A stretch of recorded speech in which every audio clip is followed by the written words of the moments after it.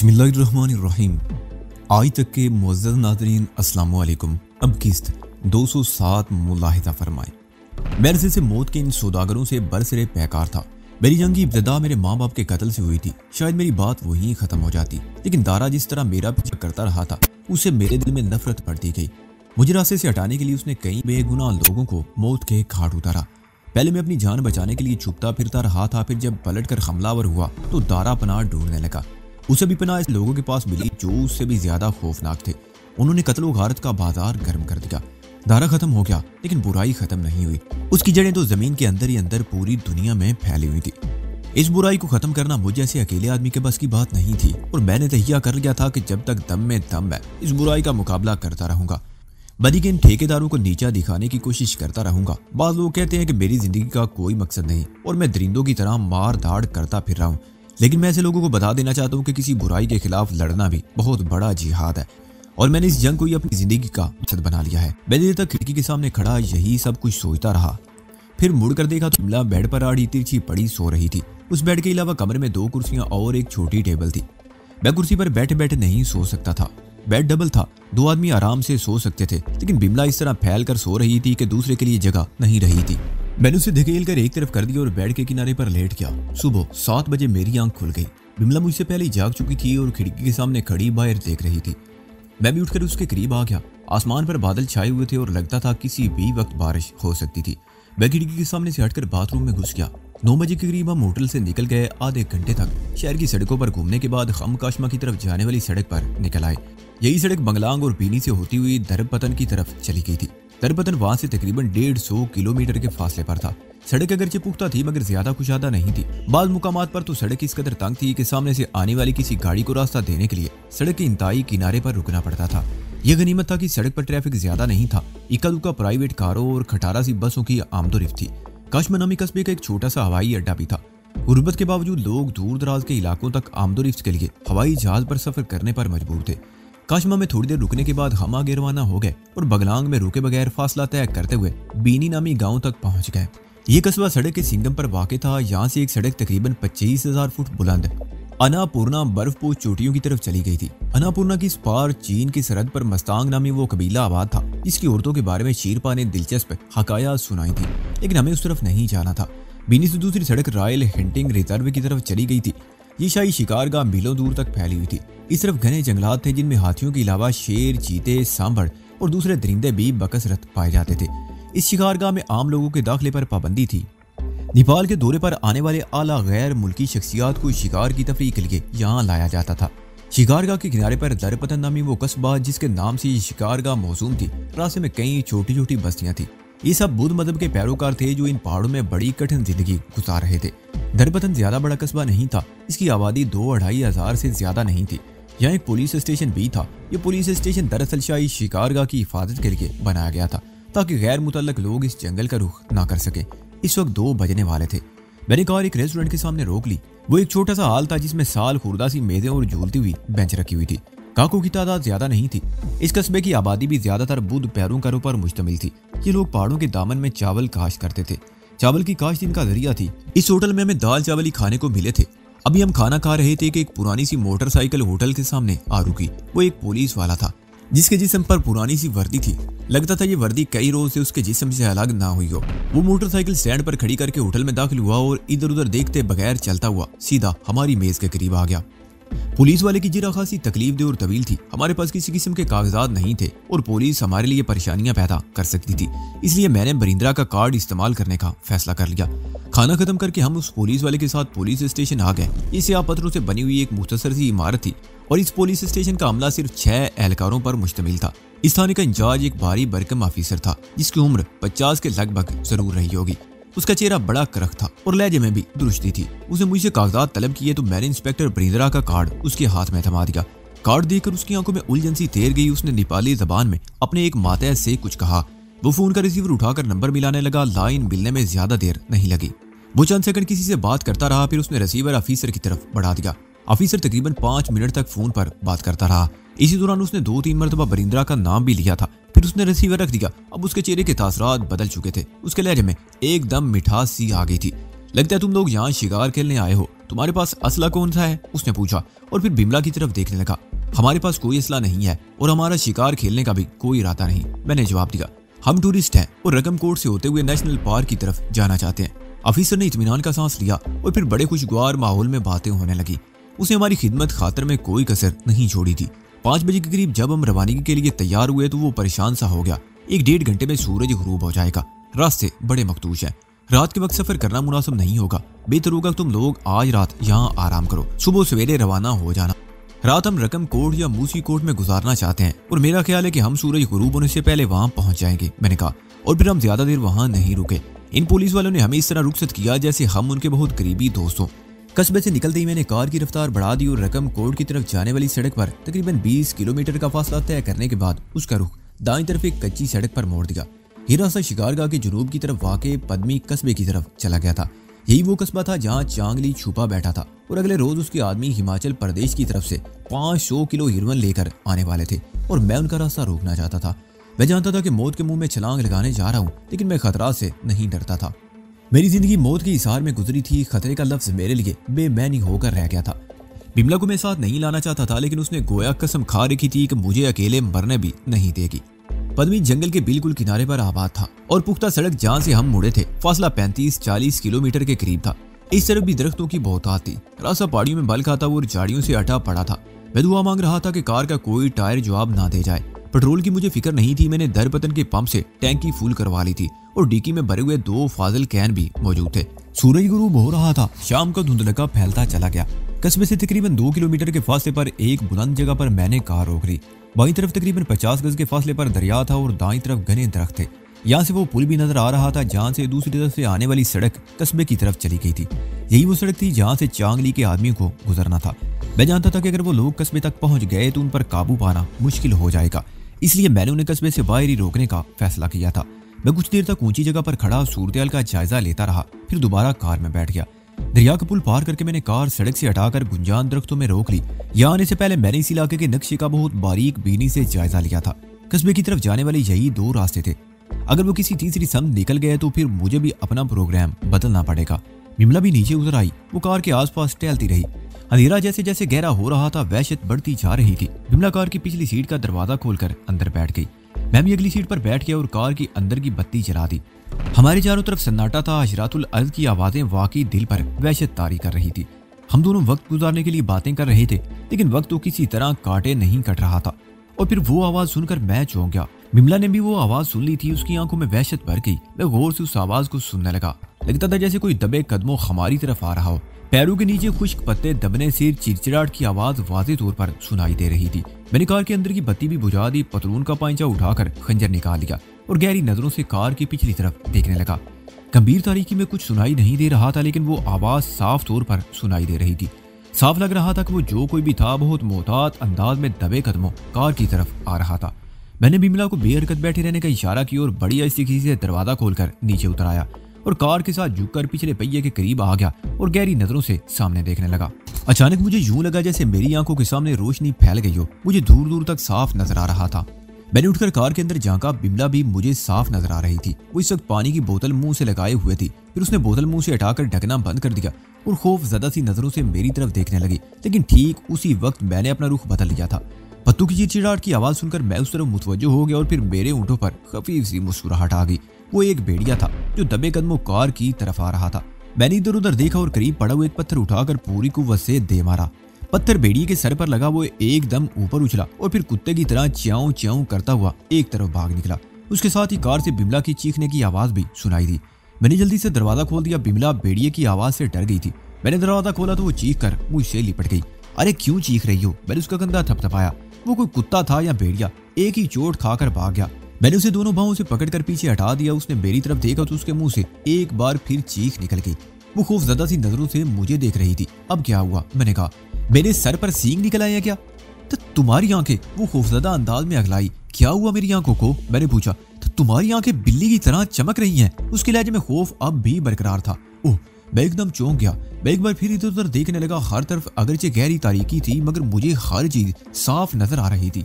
मैं बिल्ली के बारे में जानता था। अंधेरे में उसकी आंखें बलूर की तरह चमकती हैं। और वो गहरी तारीकी में भी देख लेने की सलाहियत रखती है। तो क्या मेरे अंदर की भी ये सलाहियत पैदा हो गई थी कि मैं अंधेरे में बिल्ली की तरह देख सकता था?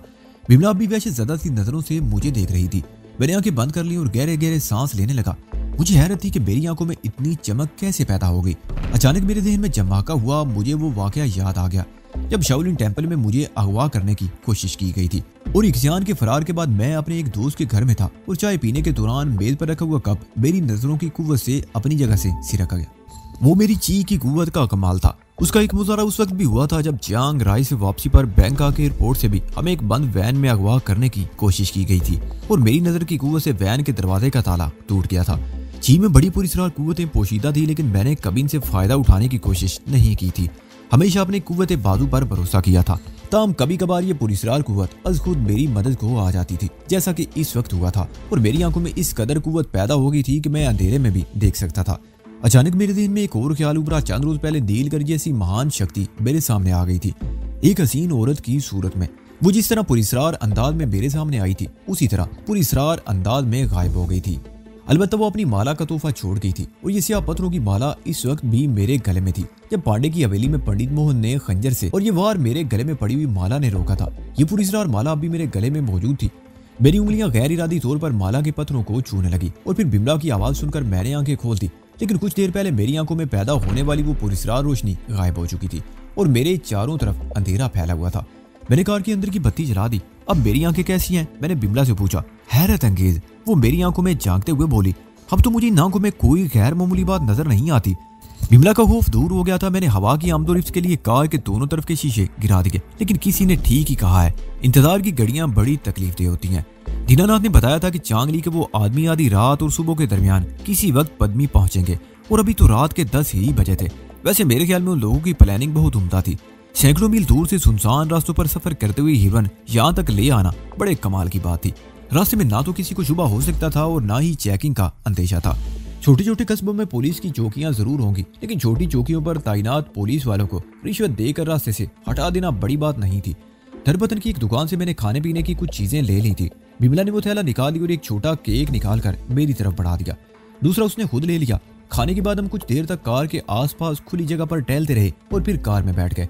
बिमला पिछली सीट पर बैठी ऊँगती रही और मैं कभी नीचे उतरकर टहलने लगता और कभी फिर कार में बैठ जाता।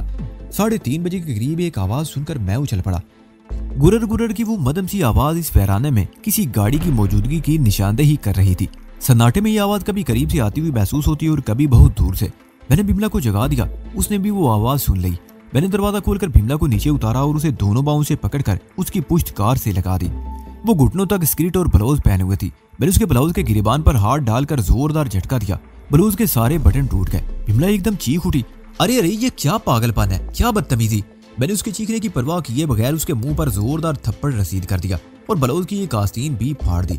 उसका कंधा भी भरा ना हो। वो अपने आप को बचाने की कोशिश कर रही थी। मैंने झुककर उसके स्कर्ट के एक तरफ के चाक को दोनों किनारों से पकड़कर जोरदार झटका दिया। चाक ऊपर तक खुलता चला गया। बिमला मुझ पर गूंसे बरसा रही थी, साथ ही वो चीख रही थी, छोड़ दो मुझे, तुम पागल हो गए हो, वैशी हो तुम, इस तरह चीखते हुए अच्छी लगती हो। मैंने उसकी दोनों बाहों को पकड़कर झुंझोड़ दिया। मेरे कान अब भी गाड़ी के इंजन की उस आवाज पर लगे हुए थे जो अब बहुत वाज़ेह हो गई थी। मैंने गर्दन घुमाकर उस तरफ देखा। सड़क पर दरख्तों में छीनती हुई रोशनी भी नजर आ रही थी। अब तुम उस तरफ भागना शुरू कर दो, चीखते हुए तेजी से। मैंने ये कहते हुए बिमला को सड़क की तरफ धकेल दिया। बिमला ने मेरी तरफ देखा। उसकी आंखों में वहशत थी, लेकिन वो मेरी बात समझ गई थी, क्योंकि दूसरे हील में वो बुरी तरह चीखती हुई सड़क की तरफ भाग खड़ी हुई थी। रात के आखिरी पैर आबादी से मीलों दूर जंगल में एक जवान और खूबसूरत औरत का इस तरह नजर आना, उसका लिबास फटा हो और वो खौफ से चीख रही हो, किसी भी शख्स को मुतासर कर सकता था। और वो शख्स फौरी तौर पर ये नहीं सोच सकता कि ये कोई नाटक भी हो सकता था।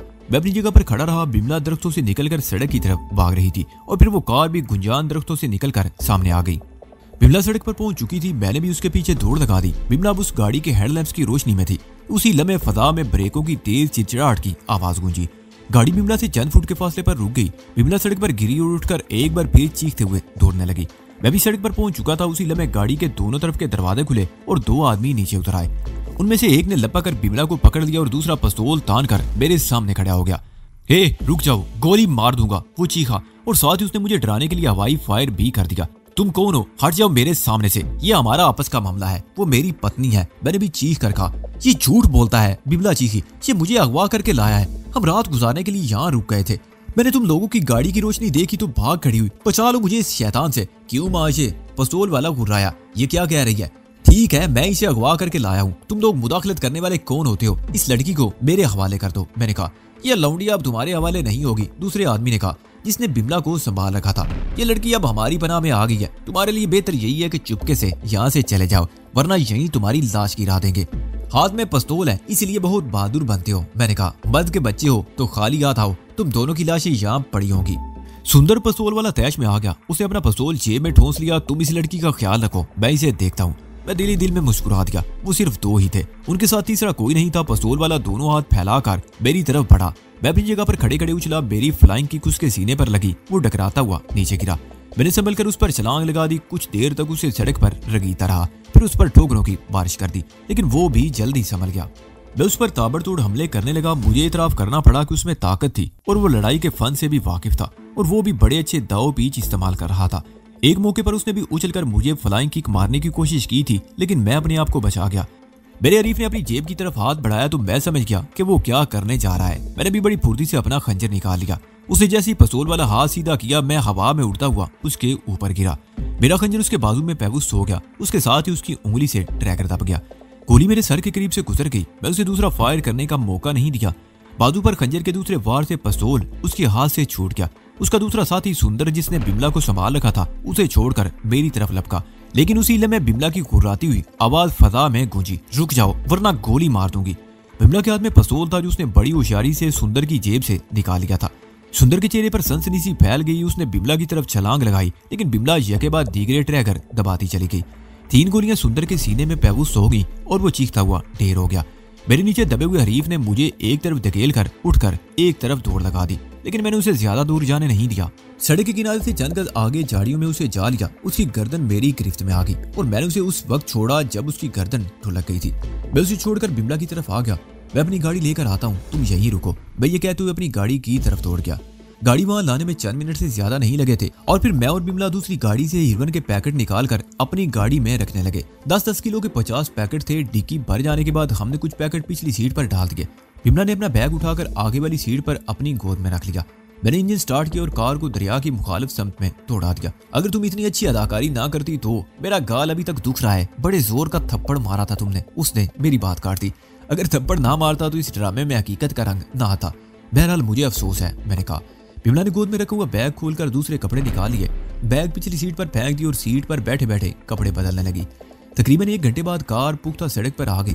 जिस जगह ये सारा ड्रामा हुआ था वहां से पद्मी बस्ती तकरीबन 2 किलोमीटर के फासले पर होगी। चांगली वगैरह को मालूम होगा कि उनके आदमी हीरोइन लेकर पहुंचने वाले हैं। वो इनके इंतजार में जाग रहे होंगे। रात के सन्नाटे में तो फायर की आवाज दूर तक गूंजती है। हो सकता है फायर की आवाज उन्होंने भी सुनी हो। अगर वो सूरत हाल मालूम करने इस तरफ आ गए तो उन्हें दरिया के पुल के करीब 2 लाशें और एक खाली गाड़ी मिलेगी। वो यकीनन हमें तलाश करने की कोशिश करेंगे और मैं उनसे पहले इन पहाड़ों में गुम हो जाना चाहता हूँ। मुझे नहीं मालूम कि मेरा रुख किस तरफ था। पक्की सड़क पर कई मील का फासला तय करने के बाद मैंने कार को दरिया के साथ एक कच्चे रास्ते पर मोड़ दिया। ऐसी रास्ते हमारे लिए महफूज थे। हम दरिया के साथ साथ कई मील दूर निकल आए। फिर अचानक एक जोरदार धमाका हुआ और कार लहरा गई। बिमला ऊँग रही थी। धमाके की आवाज सुनकर वो हड़बड़ा कर उठ गई। कार का अगला टायर ब्रेस्ट हो गया था। मैं कार रोकर नीचे उतर आया। कार की डिक्की में एक फाजल टायर मौजूद था और वो फाजल टायर निकालने के लिए पहले डिक्की में भरे हुए पैकेट निकालने पड़े। टायर तब्दील करने और हीरोइन के पैकेट दोबारा डिक्की में रखने में आधा घंटा लग गया। मैंने 5 गैलन वाला पेट्रोल के एक कैन भी टैंकी में उंडेल लिया था। दरिया के साथ साथ मजीद आधे घंटे तक सफर जारी रहा। अब दिन की रोशनी फैल रही थी। वो तंग सा रास्ता बतदरीज बुलंदी की तरफ जा रहा था। उसकी एक तरफ अमूदी चट्टान थी और दूसरी तरफ सैकड़ों फुट नीचे दरिया बह रहा था। रास्ता इतना तंग था कि सामने से कोई और छोटी कार भी आ जाती तो क्रॉस करना मुश्किल होता। एक मोड़ काटते ही एक बार फिर जोरदार धमाका हुआ। इस मर्तबा आगे का दूसरी तरफ का टायर ब्रेस्ट हुआ था। कार लहरा गई और दाईं तरफ की चट्टान से टकराकर पीछे आने लगी। मैंने ब्रेक पेडल दबा दिया, लेकिन ये जानकर मैं कांप उठा कि ब्रेक काम नहीं कर रहा था। कार पीछे ढुलान की तरफ जा रही थी। बिमला, कार से उतरो, छलांग लगा दो। मैं चीखा, जल्दी करो, कार खड़ की तरफ जा रही है, ब्रेक काम नहीं कर रहे। बिमला का चेहरा धुआं हो गया। उसने अपनी तरफ का दरवाजा खोलकर छलांग लगा दी। मैं कार का रुख सीधा करने की कोशिश करता रहा, लेकिन उसका पिछला एक पहिया किनारे से उतर गया और फिर कार को काबू में रखना मुमकिन नहीं रहा। कार के पिछले दोनों पहिए किनारे से उतर चुके थे। मैंने अपनी तरफ का दरवाजा खोलकर बाहर छलांग लगा दी, लेकिन मैं भी खड़ के ऐन किनारे पर गिरा। मैंने एक पत्थर को पकड़ने की कोशिश की, लेकिन पत्थर उखड़ गया। कार कलाबाजियां खाती हुई अमूदी ढुलान पर सैकड़ों फुट नीचे बहते हुए दरिया की तरफ जा रही थी और उसके पीछे मैं ढुलान पर लुढ़कता जा रहा था।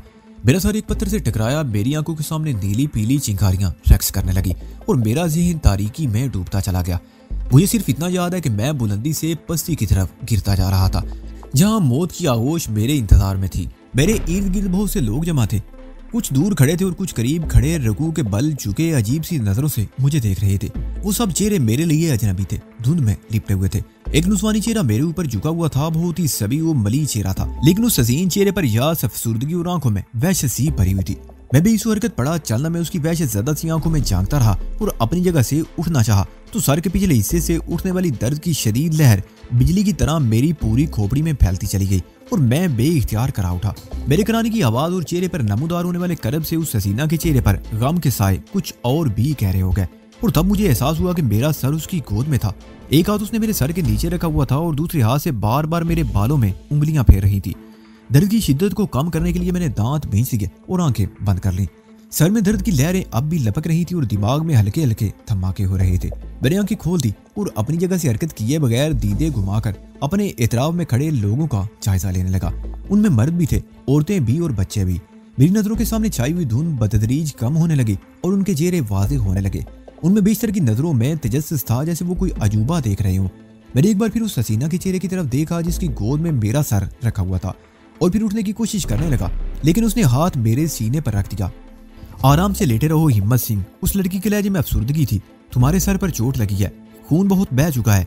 बस्ती का मुखिया वेद को बुलाने गया है, उसके आने तक आराम से लेटे रहो। हिम्मत सिंह, ये नाम मेरे दिमाग में गूंज सी पैदा करने लगा। इस लड़की ने मुझे ही मुखातिब किया था, जिसका मतलब था कि मेरा नाम हिम्मत सिंह था, लेकिन मैं यकीन से कुछ नहीं कह सकता था कि ये वाकई मेरा नाम था। मैंने अपना बदन ढीला छोड़ दिया और एक बार फिर इतराफ का जायजा लेने लगा। वो गुंजान पत्तियों वाला बड़ा कदावर फैला हुआ दरख्त था, जिसके साये में वो खूबसूरत लड़की मुझे गोद में सिमेटे बैठी थी। मेरे इर्द गिर्द जो लोग खड़े थे उनके हुलिये बड़े अजीब थे। मर्दों के जिस्मों पर चोगा नुमा लंबे लिबास थे, उनके बाल लंबे गोल्डन कलर के थे। किसी ने चुटिया बना रखी थी और किसी के बाल कंधों पर और किसी के पुश्त पर फैले हुए थे। किसी ने नाफ में एक तरफ और किसी ने दोनों बालियां पहन रखी थी। इनके कानों में भी बालियां नजर आ रही थी। औरतों के हुलिये मर्दों से मुख्तलिफ थे, उनके जिस्मों पर लिबास मुख्तसर थे। बदन के निचले हिस्सों पर घुटनों से ऊपर चादर लिपटी हुई थी, जिसकी साइड में चाक था। जिस्म के बालाई हिस्से पर मुख्तसर सा कपड़ा कंधे पर होता हुआ इस तरह लिपटा हुआ था कि सीने का आधा हिस्सा बराना था और पुश्त तो बिल्कुल ही बराना थी। इनके सरों के बाल करीब से कटे हुए थे। यहाँ किसी उजाम की मौजूदगी का तो सवाल ही पैदा नहीं होता था। इन औरतों ने एक दूसरे के बाल शायद खुद ही कैंची वगैरह से काटे थे। सिर्फ एक औरत ऐसी थी जिसके बाल कंधों तक बिखरे हुए नजर आ रहे थे। बाद औरतों ने नाव में नथनियां पहन रखी थी और बाद के कानों में बालियां थी। एक दो औरतों की कलाई में सोने की चूड़ियां भी नजर आ रही थी। चूड़ियां खासी मोटी और बेढंगी सी थी। बच्चों ने भी टखनों तक लंबे चोगे पहन रखे थे और वो सब के सब गंजे थे। यह अंदाजा लगाना मुश्किल था कि इनमें कौन लड़की है और कौन लड़का। मैं उलझी हुई नजरों से उनकी तरफ देख रहा था। ये सब लोग मेरे लिए अजनबी थे और शायद मैं खुद भी अपने आप से अजनबी था। मुझे याद नहीं आ रहा था कि ये कौन सी जगह थी, मैं यहाँ कैसे आया था और वो लड़की कौन थी जिसने मेरा सर अपनी गोद में रखा हुआ था। ये लड़की दूसरों से बिल्कुल मुख्तलिफ नजर आ रही थी। मैं सूरत-ए-हाल का अंदाजा लगाने की कोशिश कर रहा था कि सामने खड़े हुए लोग इधर उधर हटने लगे और फिर दो आदमी तेज कदम उठाते हुए मेरे सामने आ गए। उनमें एक की उम्र 45 और 50 के दरमियान रही होगी। दराज कामत और घुटा हुआ जिस्म, उसने जर्द रंग का चोगा पहन रखा था और दोनों कानों में भी चूड़ियों की तरह बड़ी बड़ी बालियां लटकी हुई थी।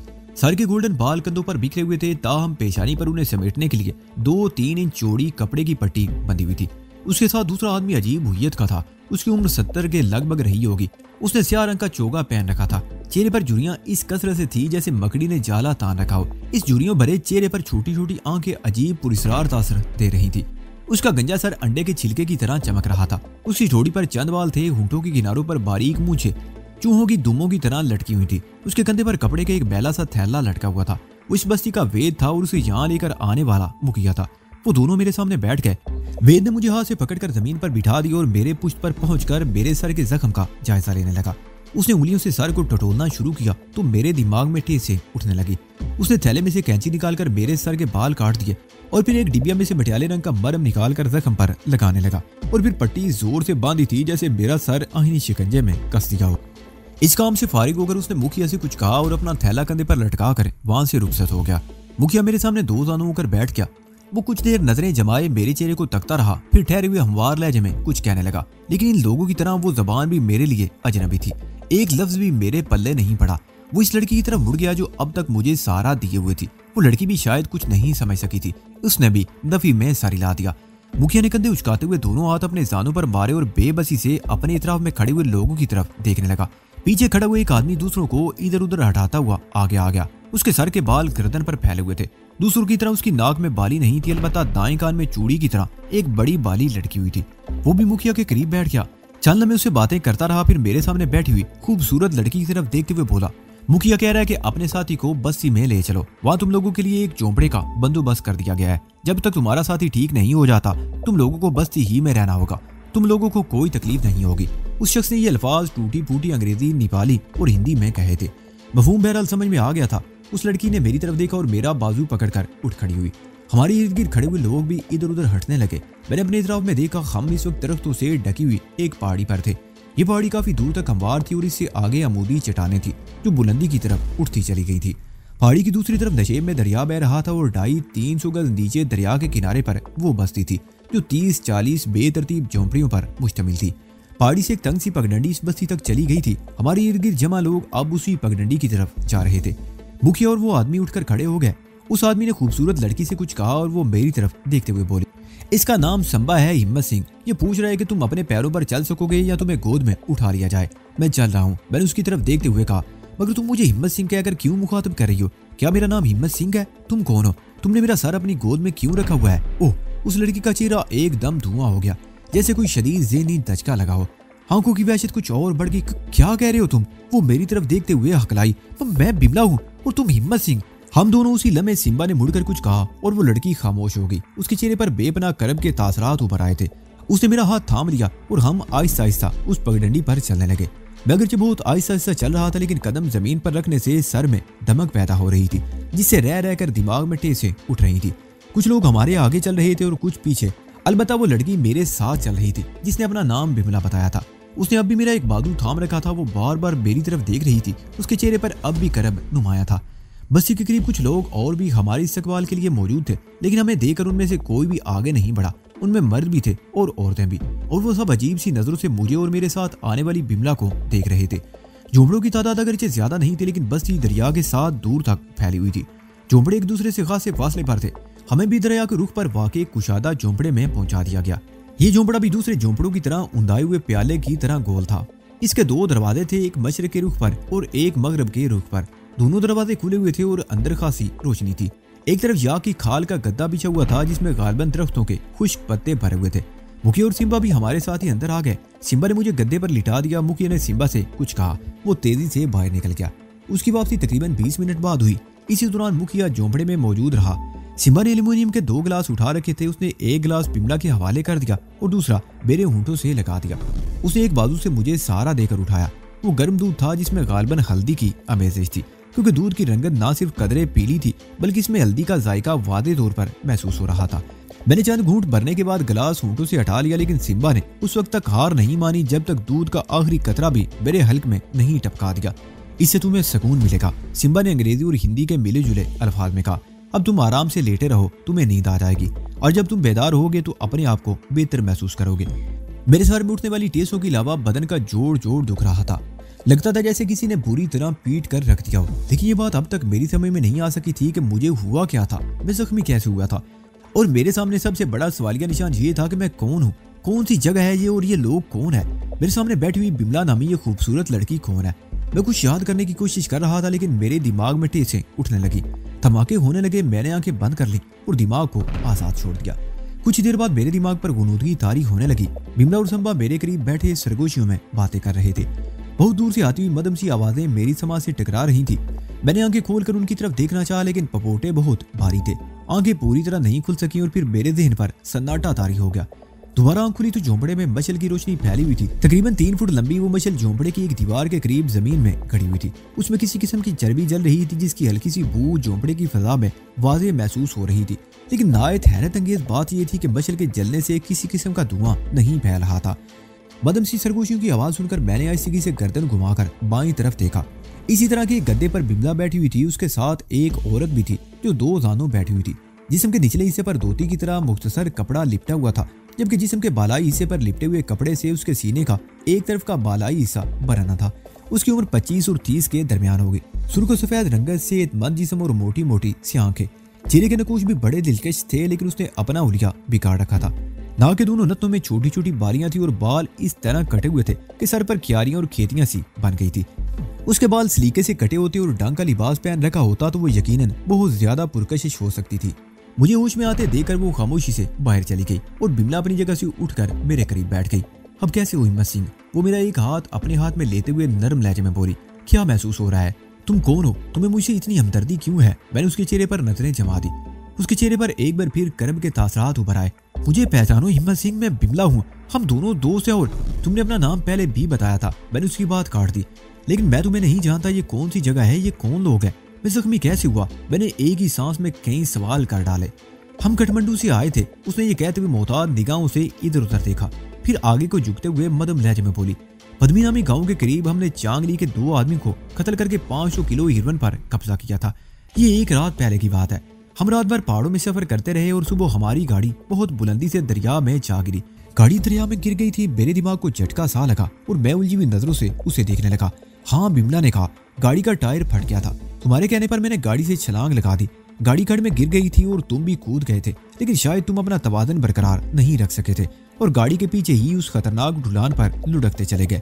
गाड़ी नशे में बहते हुए दरिया में जा गिरी और तुम एक पत्थर से टकराकर बेहोश हो गए थे। खतरनाक ढुलान, गाड़ी, दरिया, मेरे दिमाग में एक बार फिर धमाके होने लगे। नहीं, मुझे कुछ याद नहीं आ रहा। मैं कुछ नहीं जानता। मैं सर झटकने लगा। उसके साथ ही मेरे दिमाग में ठेसें उठने लगी। याद करो हिम्मत सिंह, बिमला चीखी। जहन पर जोर दो। ओह, वो परेशान नजरों से मुझे देखने लगी। कहीं तुम यादाश्त तो नहीं खो बैठे हो? भगवान, मैं क्या करूं?